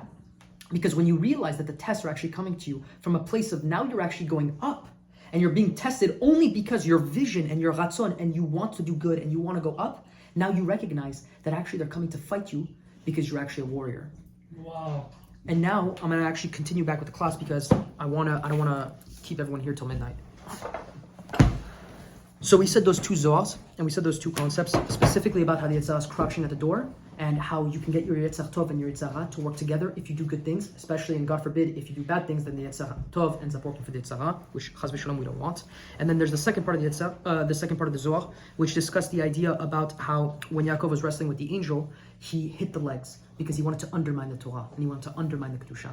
And we reference this with the snake and cutting out the legs. Now, the last point that I want to bring up is that a friend of ours from Israel, Benjamin of Breslov, who I've been putting up his classes in English, he gives very short classes for those that want like bite-sized Torah, 5 minutes, 7 minutes. I've been putting them up on the YouTube channel. If you guys want, I'm going to put up his class that he sent me today, tomorrow morning. I'll send it out. He talks about an idea that's in Likutei Halachot. This is the third layer now, okay, of the class. Benjamin essentially talks about this idea that Rabbi Natan brings on a phenomenal concept. He says when Yaakov was separating out the people, his family, before going to see Esav, he did something very special. Rabbi Natan says, from our teacher Rebbe Nachman, what do we learn from what he was doing here? He was trying to protect the people that were in his family, and he essentially had this very simple idea, which is that, essentially, if I'm going to get attacked by the Yetzer Hara, or if someone's going to come attack me, they might take part of me, but they're not taking all of me. Right? Very simple idea.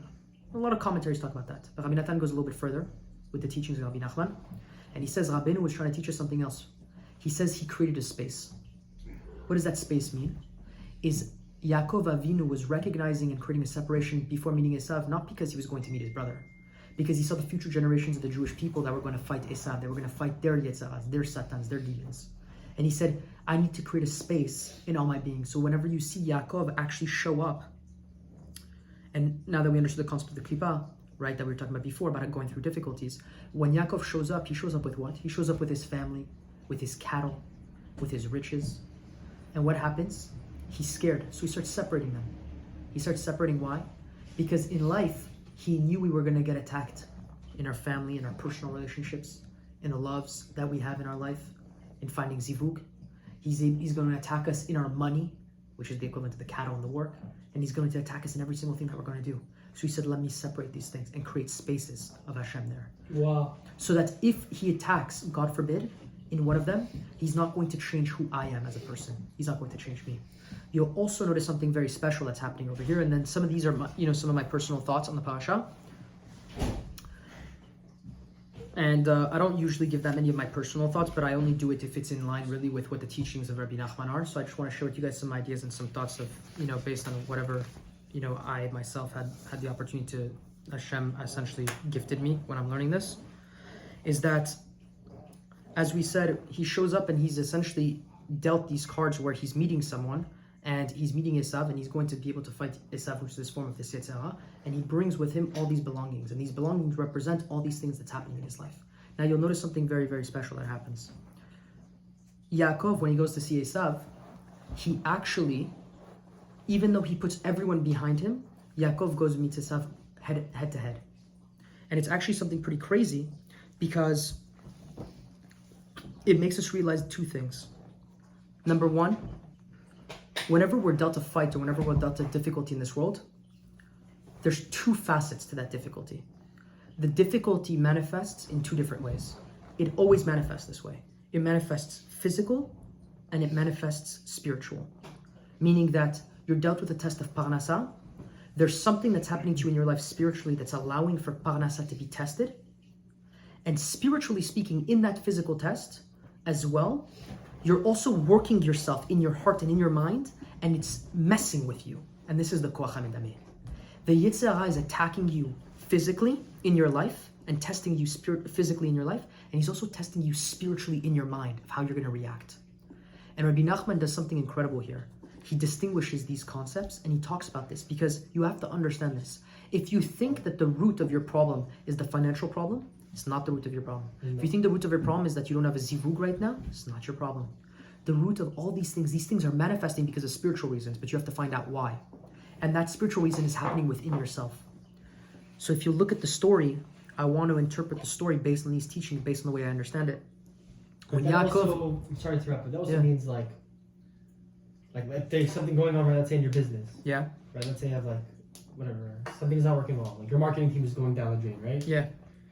You can't only fix the spiritual too. Like you have to also fix the marketing team. That's exactly what I'm saying. What I'm saying is that you're being dealt two hands. Most people only recognize the first hand. They don't see the second hand. That's why Rebbe Nachman says when a person sins, they do two sins. What's the second sin?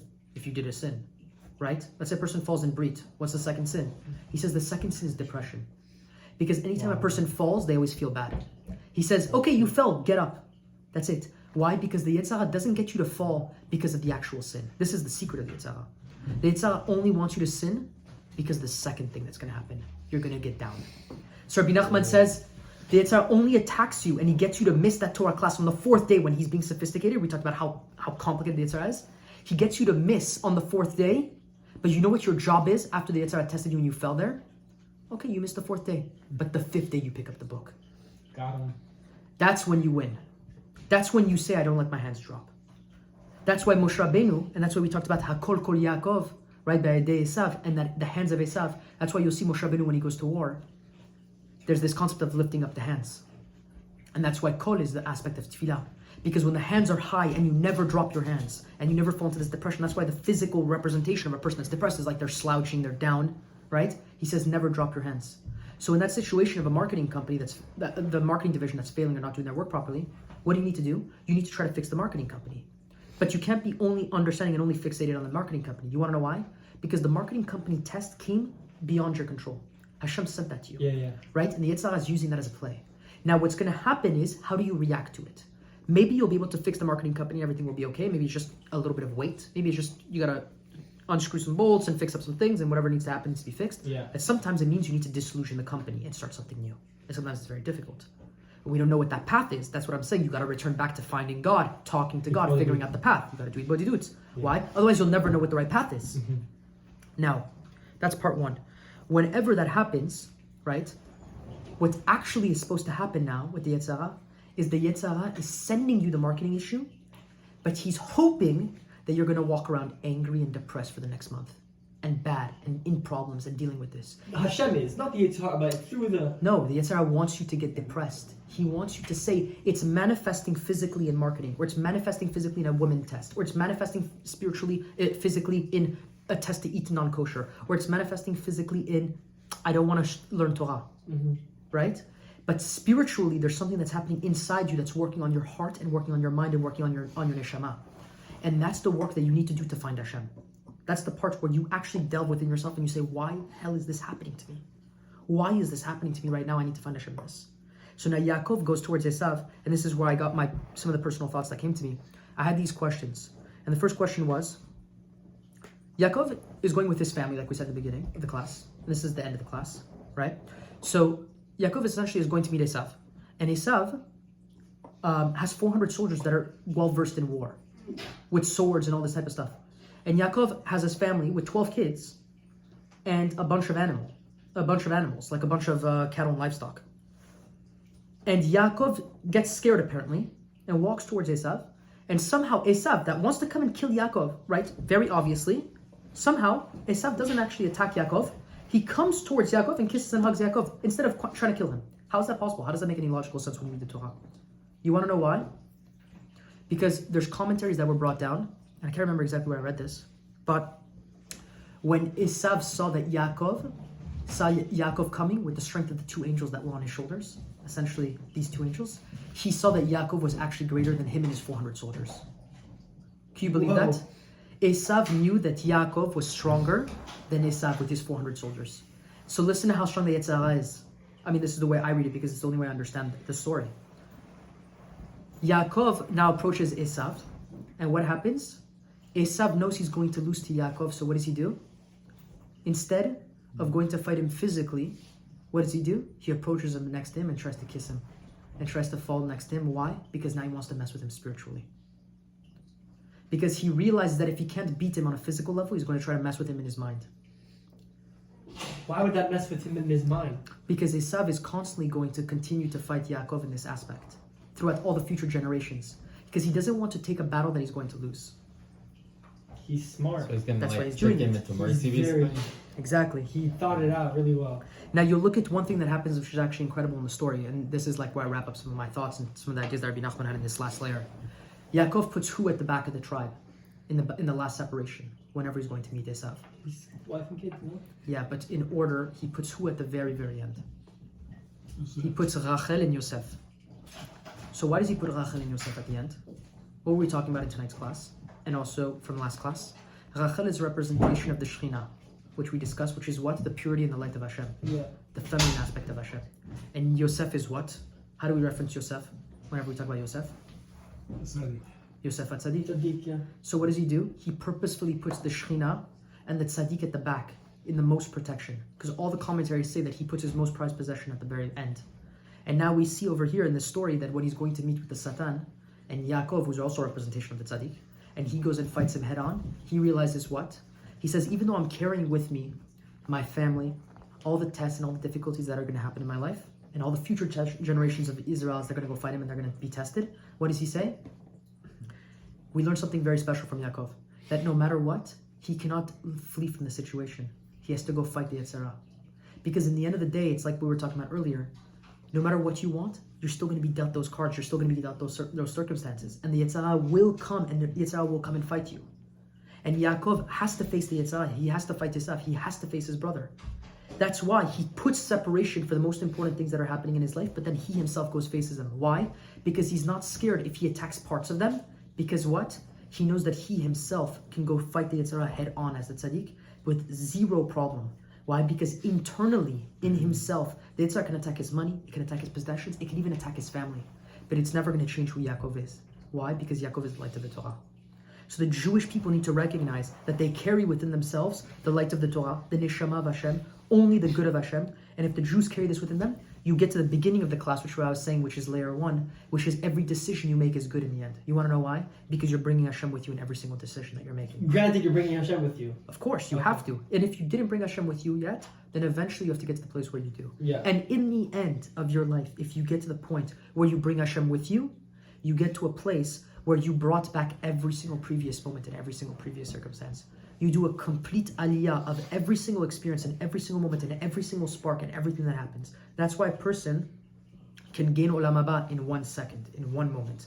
Because in 1 moment, you can bring Hashem with you so much that you lift every single spark that existed with you before you existed, and you completely do your tikkun for everything that was going to happen.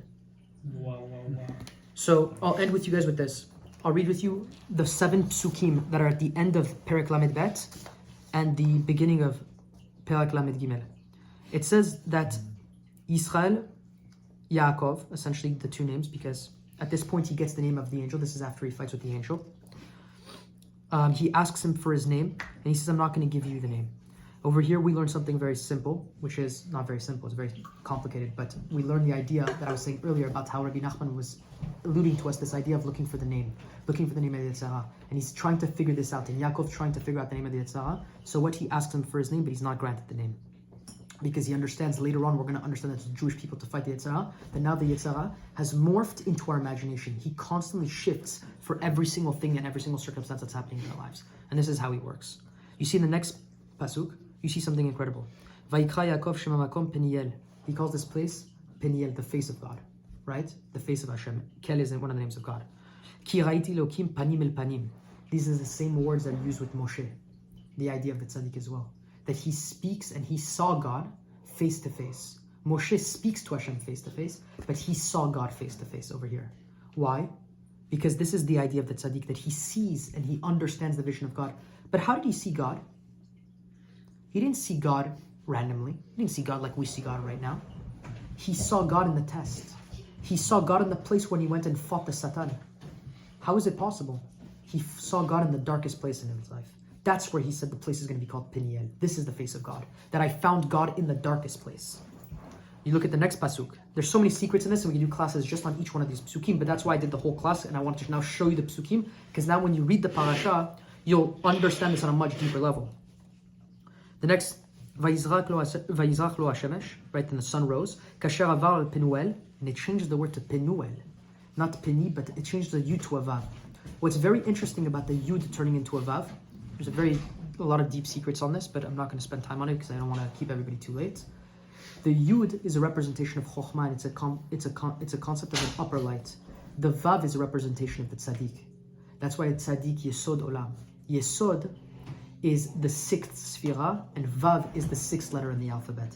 The word peniel changes to penuel, which is changing the idea of yud and holiness to a vav, which is a representation of the tzaddik. And now he's understanding that the place where he found God is a place where he understands now the concept of the tzaddik. Okay? And this is as the sun is rising, and who is the sun? Is Yaakov, as explained in Likutei Moharan lesson 1 and many other lessons as well. And he's doing this what? He's doing this what? As he grabs and he's holding on to his hip as he's limping. How does he recognize that tzaddik now, instead of peniel, penuel, and he's grabbing his hip? These are some of the thoughts that I had when I was understanding this, basically through the lens of Rebbe Nachman. Like I said, I wouldn't share with you my own thoughts unless it was through the teachings of Rebbe Nachman. If you look at the Kabbalah, the right leg and the left leg represent two very special tzaddikim. One, and Sfirot. The right leg is Netzach, the left leg is Hod. That represents Rabbi Shimon Bar Yochai and Rabbi Nachman. So when the angel came to see the future generations that he wanted to disrupt, the Torah, it saw the end of time, and Esav wanted to fight Yaakov in the Ekev, to fight for the end of time, which is the Mashiach, Ikve Mashiach. What did the angel actually try to do to Yaakov? The Zohar says we know that he was trying to undermine the Torah. But over here I was going a little bit, potentially, deeper into where Rabbi Nachman was going with this, is that he was affecting what? He was trying to cut out the legs. But what are the legs? He was trying to cut out the teachings of the Zohar and Likutei Moharan. Wait, which one is which? Likutei Moharan is essentially the right leg, which is Netzach, which is Rebbe Nachman, right? And there's a direct connection with that as well, because Netzach, the value of Netzach in Gematria, Nun is 50, Tzadik is 90, Chet is 8, which is 148, which is the Gematria of Nachman. So Rabbi Nachman... Actually? Yeah. So Rabbi Nachman represents Netzach, Rabbi Shimon Bar Yochai represents Hod. Rabbi Nachman also represents Yesod, because there's a lot of reasons for that as well, but you'll notice that the right leg, the left leg, and even the brit is below the waist. And the Yetzer Hara was attacking that point. Why? Because the whole foundation of the Torah is found here. On the brit?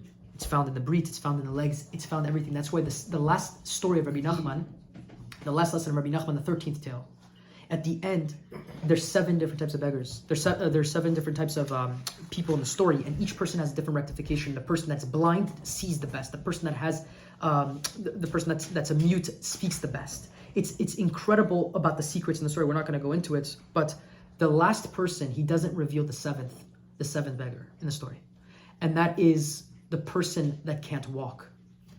And there's many Breslovers that say that this is the secret of the Mashiach, because it has to do with dancing. It has to do with the legs, getting up from down.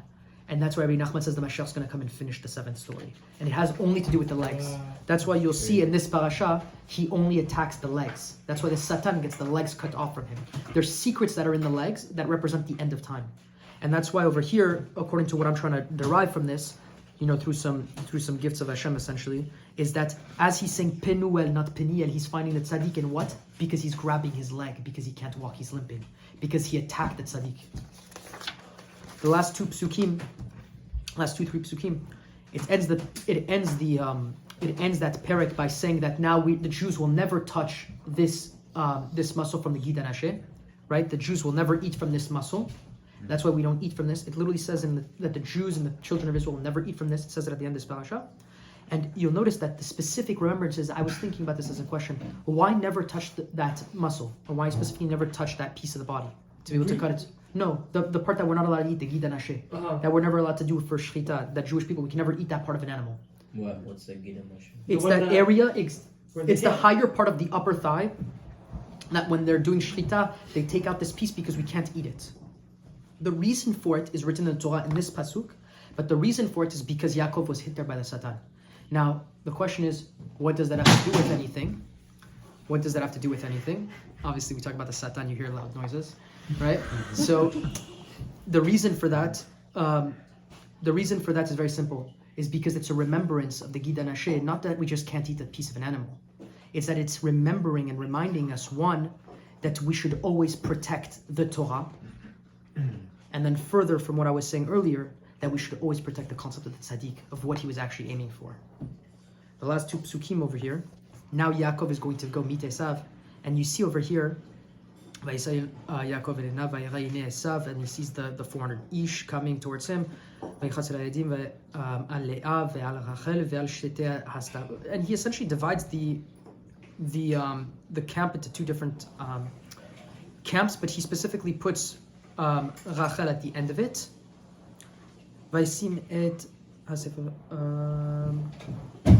Hashfachot ve'liaden ve'rishona. Right, so he put first the maidservants, which was Bilhah and Zilpah and their kids. Ve'et Leah ve'yaldea achorim, right after them. So they put Leah and her sons right after them. Ve'et Rachel ve'et Yosef achonim, and he put Rachel and Yosef at the end.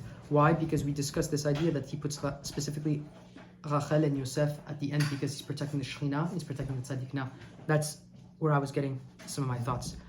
The last thing I want to end with is that it says in Mishle, this idea, when Yaakov comes to see Esav, it says that Yaakov, this is the next pasuk, it's the third or fourth pasuk, it says, Vehu avar lifnehem, v'ishtachavu, right, v'ishtachu, arza sheva pamim, ad yishto ad achiv. And Yaakov essentially comes in front of Esav, and he bows 7 times. Yaakov bows to Esav 7 times. It's the fourth pasuk in Perek Lamed Gimel. Why 7? He bows 7 times, and then after that, Esav comes towards him and then kisses him. Wow. So to bring this all full circle, I brought a quote from Mishle to be able to explain this idea that I had. Yaakov comes. It says this pasuk in Mishle, which is a very famous tzaddik. It says, Ki sheva yipol tzaddik vakam urashaim yarshilu bera.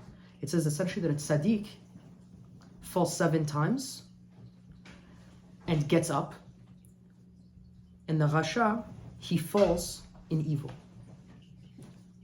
Now, the reason why I'm bringing this pasuk is because I was thinking about where do we see a reference of 7 times bowing or 7 times things in the Torah, and I don't know that many circumstances of it. So the first thing I thought of was Mishle, and then I realized that the pasuk is saying exactly that 7 times that tzaddik falls, and then he rises. Why? Because the simple interpretation of the pasuk in Mishle is teaching us that a tzaddik falls, he gets tested, he goes down, he goes into difficulty, and the most important part is the next word, vakom, and he gets up. He lifts himself up, specifically from his legs, and he gets back up. Yaakov is doing this inyan and this concept of what is in Mishle, and now he's meeting Esav, and this is where I'm going a little bit far with my thoughts. Yaakov is showing Esav this idea, which is one which comes from Shlomo HaMelech and the building of the temple, that the tzaddik can fall to the darkest depths, but I'm going to be able to get up. And when Esav saw this, he didn't attack him with 400 men because he realized that Yaakov was stronger. So he comes over to him and now wants to fight with him mentally and spiritually in the future generations. Otherwise, there's no other answer why he wouldn't want to fight with him 400 men, because otherwise he'd dismantle them. The only reason why you don't fight in a battle where you have 400 men against 12 and kids and cattle is because you know you're going to lose. What a boss. So Yaakov knew that and he was going to win that. You can also read the pasuk. There's actually a hyphen in the pasuk. And this is what made me realize that you could read it this way. It's ki sheva, and then it stops. So whenever there's 7, and this is the way I interpret it, when you reference the 7 times Yaakov bowed, yipol tzaddik vakam, a tzaddik will fall and rise. This is the idea of Yaakov. That it's not ki sheva yipol tzaddik, that he'll fall 7 times. Is that when you see the circumstance of 7, yipol tzaddik, a tzaddik can descend and he can get up. And this is the idea of Yaakov Avinu and the idea of the tzaddikim. So Be'ezrat Hashem, may we have the merit of, through the teachings of the holy tzaddikim, that we have the capacity to be able to rise ourselves up in times of difficulty, to understand and look for Hashem in everything that we do, to understand that sometimes we're going to go through difficulties and we're going to be tested, but we need to be able to reinforce ourselves, find good in the things that are happening, realize that we need to create a space. You know, one little piece of advice in this baracha is that one of the most valuable pieces of advice that every tzaddik fell in and every person falls in, but Rebbe Nachman gives us a very strong piece of advice, is wait, relax, chill. You're going through a tough day, say, you know what? I'm going to take a minute to myself. I'm going to take a night to myself. I'm going to go to sleep. I'm going to take a nap. Relax. Go play a PlayStation. Who cares? Take it on your level, and if you feel like it's too much where your test is at, take a step away and say, I'm waiting. Hashem, I'm waiting for you and your story to come to fulfillment. Wow. Because right now it's very difficult for me. So Be'ezrat Hashem, may we That's have a the very patience and the technical vision. For Shmita Brit, you know? Of course, Because Shmirat HaBrit and like the 20 minutes connection with Shmirat HaBrit and Zivug is all about waiting. Yeah. That's the most difficult one because, right, everybody, especially when you're on the level and you want to get married and you realize the kedusha of what it means to get married and to be able to build a family and the incredible ideas behind what it is to be matched with your soulmate and not have to fall in that sin and not be in that difficulty of that sin. All you want to do is for it to happen immediately. Yeah. But Hashem is saying, wait, because if it was right for you, it would have already happened. And if it didn't happen, that means that it's not right for you yet. So you need to be patient with His plan. So that's the hardest part. Sometimes we don't want to wait. But Be'ezrat Hashem, maybe we be granted essentially the ability to see what Hashem wants us to see and be able to be patient in this. And may we be successful. Be'ezrat Hashem. Wow. Fantastic. Thanks, bro. That was really good. Just have to process.